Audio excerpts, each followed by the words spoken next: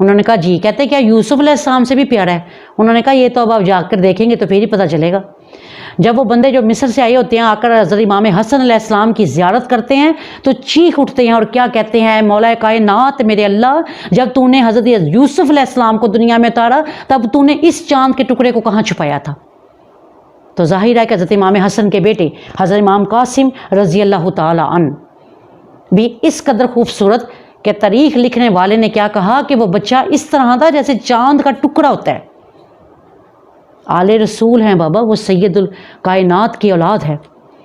کیا شاہ فرمایا حضرت امام قاسم رضی اللہ تعالیٰ عنہ جب آپ تشریف لاتے ہیں میدان کارزار میں تو ازرق ایک پہلوان ہے جس کے 4 بیٹے ہیں. ان چاروں بیٹوں کو آپ کے مقابلے میں بھیجا جاتا ہے اور حضرت امام قاسم رضی اللہ تعالیٰ عنہ ان چاروں کو جہنم رسید کرتے ہیں. وہ بڑی سونے کی ذرہ پہن کر آ رہے ہیں اور چاندی کے انہوں نے دستے والی تلواریں پکڑی ہوئی ہیں اور وہ بڑی شان و شوکت سے آ رہے ہیں کہ اب آل رسول کے ساتھ لڑنے کے لیے جا رہے ہیں. اور ادھر آپ کے پاس امامے کے اندر پیوند لگے ہوئے ہیں، جوتے کا تسمہ ٹوٹا ہوا ہے. ایک بات پڑھ کے میں بڑی حیران ہوئی کہ بہت سارے ہمارے جو حضرات ہیں مذہبی اسکالر جو ہیں انہوں نے کہا جی یہ واقعہ کہیں ہوا ہی نہیں. اور مورخ نے یہاں تک غور کیا کہ جب امام قاسم میدان کارزار میں آتے ہیں تو ان کے ایک جوتے کا تسمہ ٹوٹا ہوا تھا. اتنی احتیاط سے تاریخ لکھی گئی ہے. خدا را جو مذہبی اسکالر بنتے ہیں پہلے اسٹڈی کریں، ریسرچ کریں، پھر کسی ہستی کے بارے میں کوئی بیان دیں. تو کیا شاہ فرمایا کہ امام قاسم جب میدان کارزار میں آتے ہیں وہ 14ویں کے چاند کا ٹکڑا جب آ کر چاروں لڑکوں کو جہنم رسید کر دیتے ہیں، اس کے بعد ان کا والد ازرق جس کا نام ہے وہ آتا ہے. اور تاریخ لکھنے والوں نے لکھا کہ وہ اس قدر جوان شخص تھا، اس قدر اس کا قد لمبا تھا کہ جب بندہ اس کو اچانک دیکھتا تھا ڈر جاتا تھا کہ یہ بندہ ہے کہ کوئی جن ہے.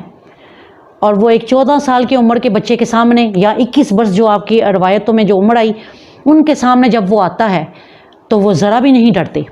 اور للکار کا کیا کہتے ہیں کہ تم لوگوں کی غیرت ختم ہو گئی کہ تم لوگ آل رسول کے مقابلے میں آگے کلمے پڑھ رہے ہو، نمازیں پڑھ رہے ہو. کیا تمہاری نمازیں، تمہارا کلمہ تمہیں جنت کے اندر لے جائے گا کہ تم نے آل رسول کے جسم کے ٹکڑے کر دیے؟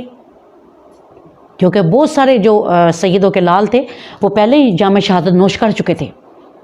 امام قاسم رضی اللہ تعالی عنہ آپ گھوڑے پر سوار ہیں، وہ بھی گھوڑے پر سوار ہے اور اس نے وہ تلوار اپنے پاس رکھی ہوئی ہے جو اس وقت کی 1000 دینار کی تھی اور اس نے اس کو زہر کے اندر بجھایا ہوا تھا. آپ نے اس کو بس اتنا ہی کہا کہ تو اتنا پہلوان ہو کر کیا تو نے اپنے گھوڑے کی جو ذہن ہے اس کو اچھی طرح سخت بند نہیں کیا؟ وہ جھک کر اپنی زین کو دیکھنے لگا، گھوڑے کی زین کو، تو آپ نے ایسا وار کیا کہ اس کے جسم کے 2 ٹکڑے ہو گئے. یہ علی کے لال ہیں بابا. انہوں نے اس شخص کو، اس سے ایک نوخیز نوجوان لڑکے نے جو آل رسول ہے، اس نے اس پہلوان کو درمیان میں سے 2 ٹکڑے کر دیا. اب وہ شور برپا ہو گیا یزیدی فوج کے اندر کہ یہ بچہ تو اتنا جانثار ہے کہ اگر آپ نے وقفے کے ساتھ اکیلا بندہ بھیجا تو یہ تو ساری یزیدی فوج کو پھڑکا دے گا. اب کیا ہوا؟ ابن زیاد نے کیا حکم دیا؟ جو شمر تھا ملعون، اس نے کیا کہا کہ تم لوگ ایسے کرو کہ اس پر یک بارگی حملہ کرو، نہیں تو یہ تو کام بڑا خراب ہو جائے گا. اب کیا ہوا؟ ایک شخص جو نیزے کا ماہر تھا اس نے نیزہ جب مارا تو وہ آپ کی کمر سے آپ کے دل کے اندر آر پار ہو گیا اور آپ زمین پر تشریف لے آئے. ایک روایت میں یہ بھی پڑھا گیا کہ حضرت امام قاسم جو ہیں ان کے بدن کے ٹکڑے کر دیے گئے تھے اور آپ کو ایک گٹھری کے اندر بند کر دیا گیا تھا.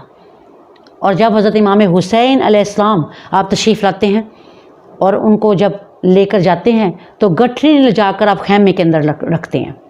اور ایک روایت میں یہ آیا کہ آپ نے جب ان کو اٹھایا اپنی کمر پر تو حضرت امام حسین علیہ السلام اس قدر رو رہے تھے کہ جس کا کوئی اندازہ نہیں تھا. آپ نے ان کی ناز جو ہے وہ لے جا کر خیمے کے اندر رکھ دی اور بیویوں کو خاموش رہنے کی تلقین کی تاکہ یزیدی فوجی جو ہیں، یزید کی جو فوج ہے وہ آل رسول پر ہنسے نہیں. وہ بے بسی کا عالم، کیونکہ جہاں اسلام پھیلانا ہوتا ہے وہاں پر کرامتیں دکھائی جاتی ہیں، اور جب اسلام بچانا ہوتا ہے تب اپنی جان کے نذرانے پیش کرنے پڑتے ہیں۔ بہت سارے لوگ کہتے ہیں نا کہ جی وہ اتنے کرامتوں والے تھے تو اپنی کرامت دکھاتے، کہتے ہیں نا لوگ، بہت کچھ کہہ دیتے ہیں۔ تو بزرگوں نے ایک مفصل فیصلہ کیا کیا کہ جب آپ نے اسلام پھیلانا ہو تو ضرور کرامتیں دکھائیں، اور جب اسلام کو بچانا ہو تو اپنی جانوں کے نذرانے پیش کریں جیسے نبیوں نے پیش کی ہیں۔ وہ نبی جو زمین پر کھڑے ہو کر چاند 2 ٹکڑے کر سکتے ہیں، گئے ہوئے سورج کو واپس پلٹا سکتے ہیں، کنکریوں کو کلمے پڑھا سکتے ہیں، کیا وہ ابو جہل کے ساتھ جنگ بدر اگر نہ بھی کرتے تو اس کو کلمہ پڑھا دیتے؟ لیکن وہاں اسلام بچانا تھا، اس لیے نبی کریم صلی اللہ علیہ وسلم نے جنگ بدر جو تھی وہ رکھی تھی۔ تو امام قاسم جام شہادت نوش فرما جاتے ہیں۔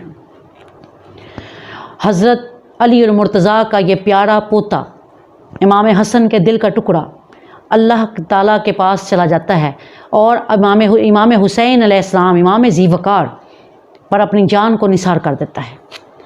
اب باری آ جاتی ہے غازی عباس علمدار کی، جن کی کنیت ابو الفضل ہے، ابو القاسم ہے۔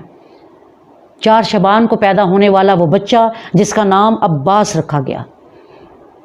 حیدر کا وہ لال جن کی والدہ فاطمہ کلابیہ ہیں۔ حضرت علی المرتضیٰ کا جو لقب تھا حیدر کرار، حیدر اس شیر کے نام کو کہا جاتا ہے کہ جب وہ شکار کرنے کے لیے آئے تو شکار اس کے آگے لگ کر بھاگے، اس کو کہا جاتا ہے حیدر۔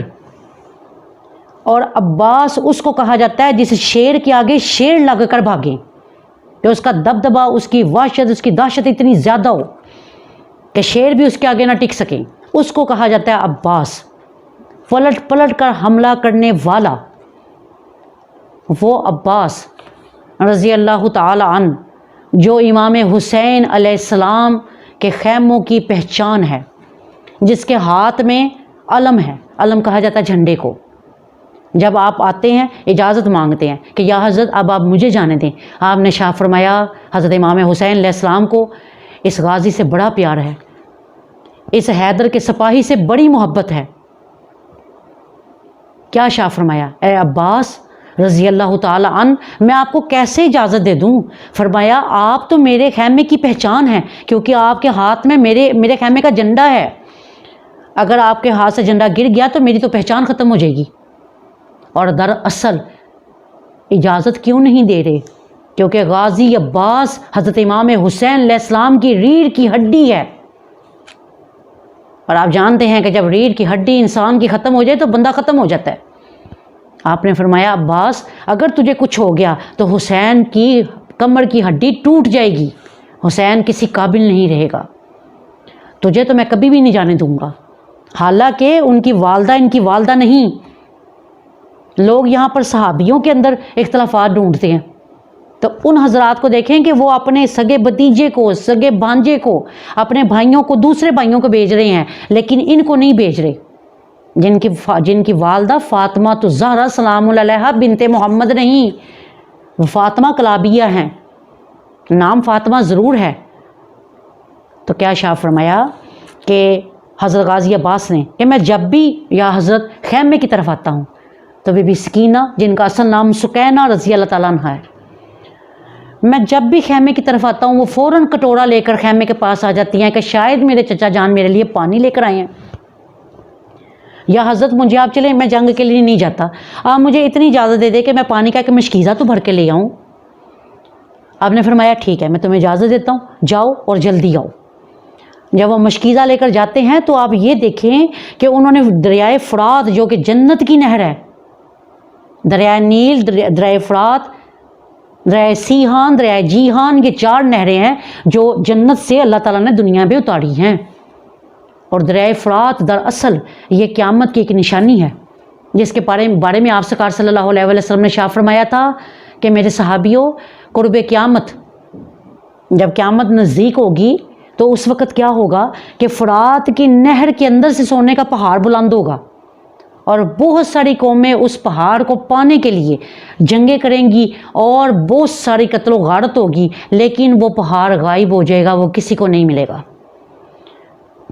جب حضرت غازی عباس رضی اللہ تعالیٰ عنہ آپ تشریف لے جاتے ہیں تو کیا دیکھتے ہیں کہ 4000 یزیدی فوجی جو ہیں وہ وہاں پر پہرا دے رہے ہیں۔ تو آپ نے جاتے ہی ان کو پوچھا کہ تم لوگ مسلمان ہو؟ جو لوگ یزید کو مسلمان کہتے ہیں، امیر المومنین کہتے ہیں، وہ اس بیان کو سنیں کہ آپ نے کیا جا کر کہا کہ تم لوگ مسلمان ہو؟ اس نے کہا جی ہاں الحمدللہ ہم سب مسلمان ہیں۔ تو آپ نے فرمایا اچھا یہ کیسی مسلمانی ہے کہ کلمہ پڑھ کے دریائے فرات سے جانور، چرند، پرند، ہر چیز پانی پیے اور آل رسول پر پانی بند ہو؟ فرمایا میں یہاں سے مشکیزہ بھر کے لے کر جاؤں گا، جو روکنا چاہتا ہے علی کے لال کو روک لے۔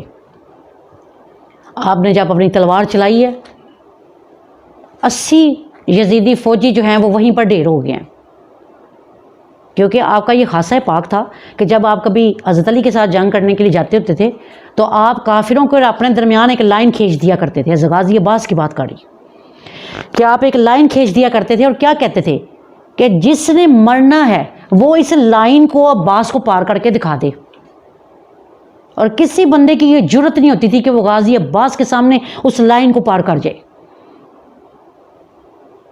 اللہ کی قدرت، یہ اللہ کے امتحان تھے۔ آپ نے اس وقت جب اپنا مشکیزہ بھرا اور بھر کر آپ جب اپنے گھوڑے پر آئے، پہلے تو یزیدیوں نے کچھ نہیں کہا، انہوں نے کہا اب کیسے گھیرا ڈالیں۔ اب کیا ہوا، ایک طرف سے ایک تیر چلایا نوفل نامی بندے نے۔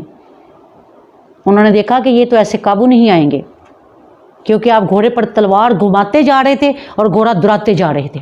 اب انہوں نے جب دیکھا کہ خیمے کے لیے اور غازی عباس کے درمیان میں جو ڈسٹینس ہے، رستہ ہے جو بڑا کم رہ گیا ہے، فاصلہ بہت کم ہے، اور اگر ہم نے اس کو نہ روکا تو امام حسین علیہ السلام تک، ان کی آل اولاد تک، ان کی بیویوں تک یہ پانی پہنچ گیا اگر، تو پھر ہم کبھی بھی امام حسین علیہ السلام کو شکست نہیں دے سکیں گے۔ اب کیا ہوا، حضرت غازی عباس تلوار گھماتے جا رہے ہیں اور رستے کو پار کرتے جا رہے ہیں۔ نوفل نامی شخص نے ایک تیر چھپ کر جو آپ کو مارا، چھپ کر جب مارا تو آپ کا جو دایاں بازو تھا وہ کٹ گیا۔ آپ نے فوراً اس مشکیزے کو اپنے بائیں بازو پر لے لیا۔